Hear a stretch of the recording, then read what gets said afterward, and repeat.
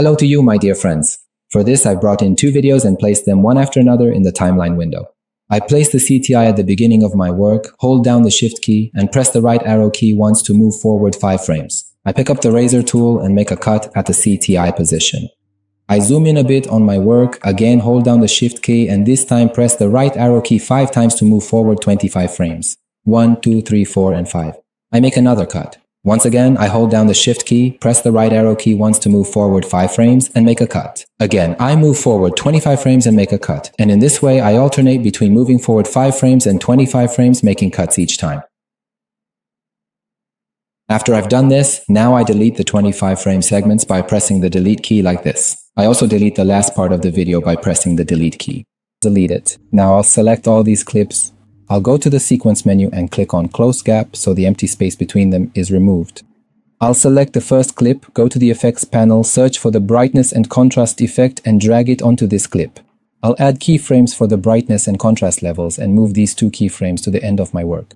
These are the settings for the beginning of my work. I'll set the brightness and contrast levels to 50. I'll go to the effects panel again, this time search for the black and white effect and drag it onto the first clip so that my video becomes black and white. I'll go to the effects panel once more. This time I'll search for the RGB split effect and drag it onto the first clip. And finally, I'll go to the effects panel again. This time I'll search for the posterized time effect and drag it onto the first clip. I'll set the frame rate to 8. Now I'll hold down the Control key, and by holding down Control, I'll select all 4 effects that I applied to this clip. I select the next few pieces just like this. Then I press the Ctrl+V buttons to paste it in, and I drag the edge of the last video clip a little bit to extend it. This size is about right. After I've done this, I'll go ahead and attach the second video to these pieces like this. I place the CTI at the beginning of the second video. I hold down the Shift key, press the right arrow key to move forward 5 frames, and make a cut. I move the cut section up 1 layer and place it right at the end of the last piece like this. Then I carefully reattach the final video clip to these existing pieces. Next, I select the top layer, navigate over to the Effect Control window, and finally, I click on the opacity setting to adjust it. Now, I will go over to the Object Mask tool and simply click on my subject to select it. On the Track button, I click on Selected Mask forward and backward so that the tracking operation is performed. I right-click on the top layer, select the option to nest it, and then click OK. Next, I head over to the Effects window, search for the Flash Transition, and drag it right onto that nested layer. I go to the Effects window again. This time I search for the Transform effect and drag it onto the top layer. I place the CTI at the beginning of this clip. I add a keyframe to the scale parameter with a value of 100. Move the CTI to the end of my work and set this value. Then I place the CTI between the 2 keyframes and set this value to 120. After doing this, I'll move the CTI a little bit further forward. Right about here seems to be suitable. Then I'll come over to the second video and make a cut just like this. I hold down the Shift key and press the right arrow key 5 times to move forward 25 frames. 1, 2, 3, 4, and 5. Again, I make a cut, and from the cut piece I make a copy by holding down the Alt key and dragging it, then I bring it onto Video Track 2. First I select the top piece, then I head over to the Effect Control panel and select Opacity.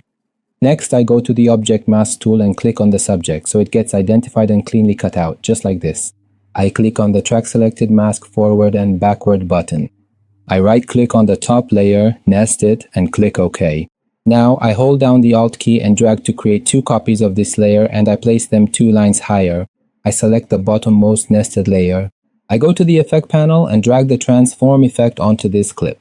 The CTI is placed at the beginning of this clip. I add a keyframe to the position parameter with the default value, then I move the CTI forward a bit. I increase the first position parameter like this so that the let my main subject come out from the right side.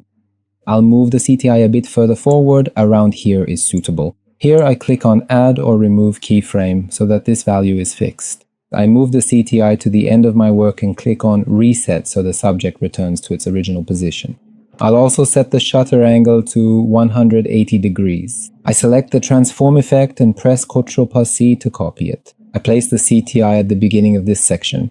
I go to the layer above and press Ctrl+V here to paste it. I go to the Transform effect and place the CTI on its second keyframe. This time I decrease the first position parameter like this so that the subject is positioned to the left of the main subject. I move the CTI and place it on the third keyframe. I select both the third and fourth keyframes by dragging and then I'll press Delete to remove it. Here I click on Add or Remove Keyframe to stabilize it. I move the CTI to the end of my work and click on Reset. After doing this, I go to the Effect panel, search for Effect Directional Blur Legacy, and drag it onto the bottom split layer. The CTI is at the beginning of this section. I'll add a keyframe to blur length with a value of 0. I move the CTI to the end of this part and set the 0 value. I place the CTI between the two keyframes. I set this amount to 20. I'll go to the effect window again. This time I'll search for the brightness and contrast effect and drag it onto the bottom split layer. I place the CTI at the beginning of this section, keyframe brightness and contrast to a value of 0. I move the CTI to the end of my work and set the 0 value for it. I'll move the CTI.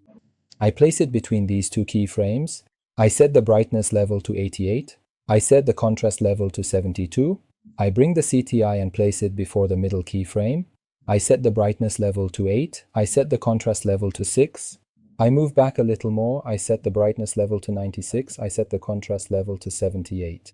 I select these four keyframes that are between the first and second keyframe, and I press the Ctrl+C keys to copy them.